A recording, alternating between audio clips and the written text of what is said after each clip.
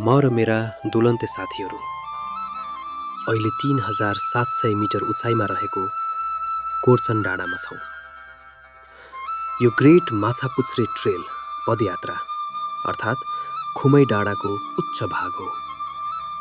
कास्की जिल्लाभित्र पर्ने अन्नपूर्ण संरक्षण क्षेत्र र माछापुच्छ्रे गाउँपालिकामा पर्ने यो डाँडा निकै रमाइलो र लोकप्रिय छ। माछापुच्छ्रेलाई नजिकैबाट नियालेर हेर्न, बिहानीको सुनौलो सूर्योदय कैद गर्न र यो वर्षको पहिलो हिउँ खेल्न हामी कोर्चन डाँडा आइपुगेका छौँ। बिहानै उठेर बाहिर हेर्दा हाम्रो ओरपर सेतो च्यादरले ढाके जस्तै टल्किरहेको कोर्चन डाँडा थियो। हाम्रो नजिकै भव्य माछापुच्छ्रे हिमाल उभिएको थियो। चिसो हावा चलिरहेको थियो। श्वासको गतिमा अलिकति परिवर्तन आएको थियो। एकैछिनमा आकाशको रङ बदलिन थाल्यो। नीलोबाट सुनौलो हुँदै सूर्य बिस्तारै माथि उक्लियो र सूर्योदय भयो। त्यो क्षण अत्यन्तै आनन्दमय थियो। लाग्थ्यो मानव संसार केही क्षणका लागि शान्त भयो। शब्दमै बयान गर्न नसकिने अनुभूति। सूर्योदयको दृश्य आँखाभरि सजाएपछि हामी हिउँ खेल्दै आनन्द लुट्न थाल्यौँ।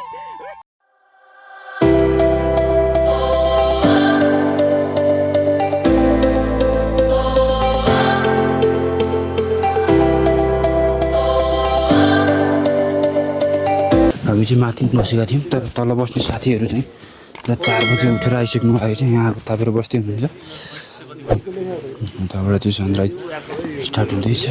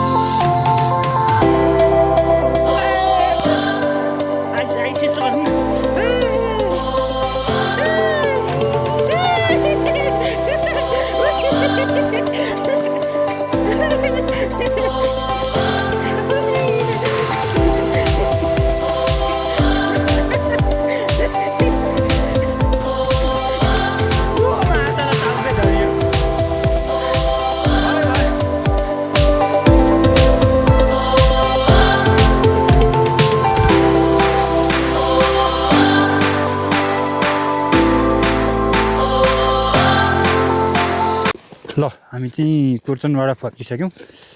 बाटाभरि पुरै सर हिउँ छ, पुरै बाटै पुरै बाटो कता र खोज्नु पर्ने। तर यहाँ चाहिँ यहाँको लोकल मान्छेहरू हिँडेको भएर होटलको मान्छेहरू हिँडेको त्यही पाइलेको उसमा चाहिँ ट्र्याकमा चाहिँ हिँड्नुपर्छ, नत्र चाहिँ कता नयाँ ठाउँमा टेक्ने हो भने त पुरै भासिन्छ तल। धेरै बाक्लो छ हिउँ, पुरै बाटैभरि हिउँ। तर बबाल रमाइलो भयो, एउटा एक्सपिरियन्स पनि भयो, एउटा मेमोरी पनि रह्यो।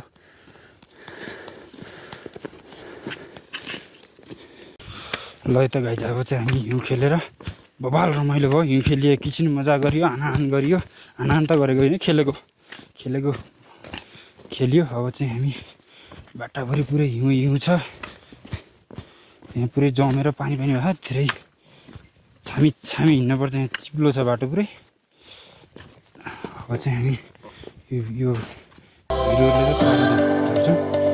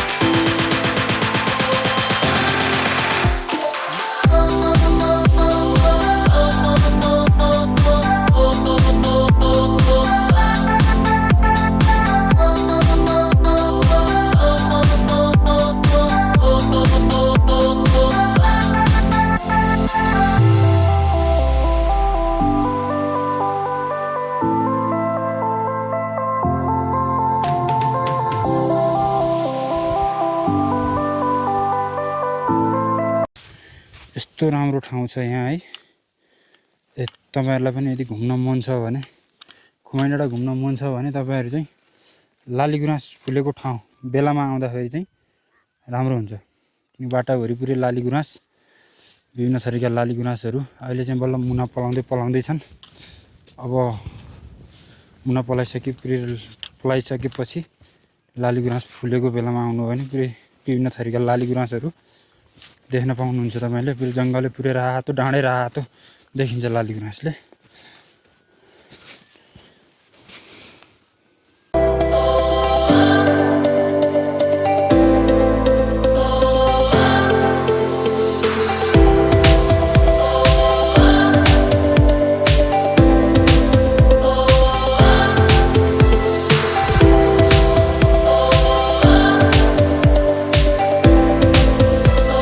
ल त गाइज अहिले चाहिँ हामी खुमाई डाँडाबाट तल झर्दै गर्दा हेलमेट डाँडा देखिसकेका छौँ। हेलमेट डाँडा भनेको यो चाहिँ हेर्नुहोस्, नेचरले बनाएको डग बाइकको हेलमेट डाँडा जस्तै छ। हेर्नु कस्तो बनाएको यो नेचरले है, आफै बनेको यो चाहिँ नेचरले बनाएको हेलमेट डाँडा, यो डग बाइकको हेलमेट जस्तै छ।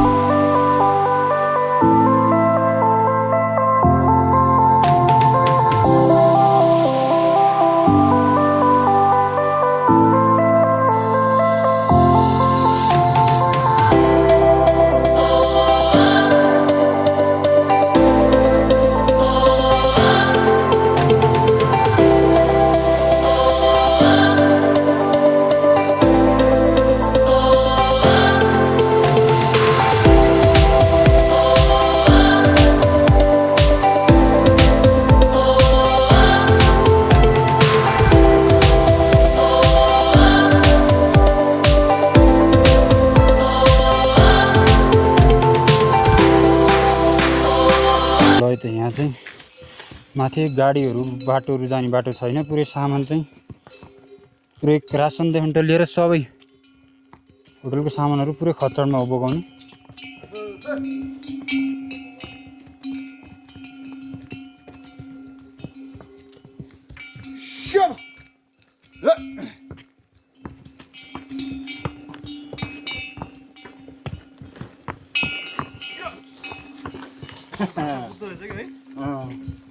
얘네는 골 아싸 이게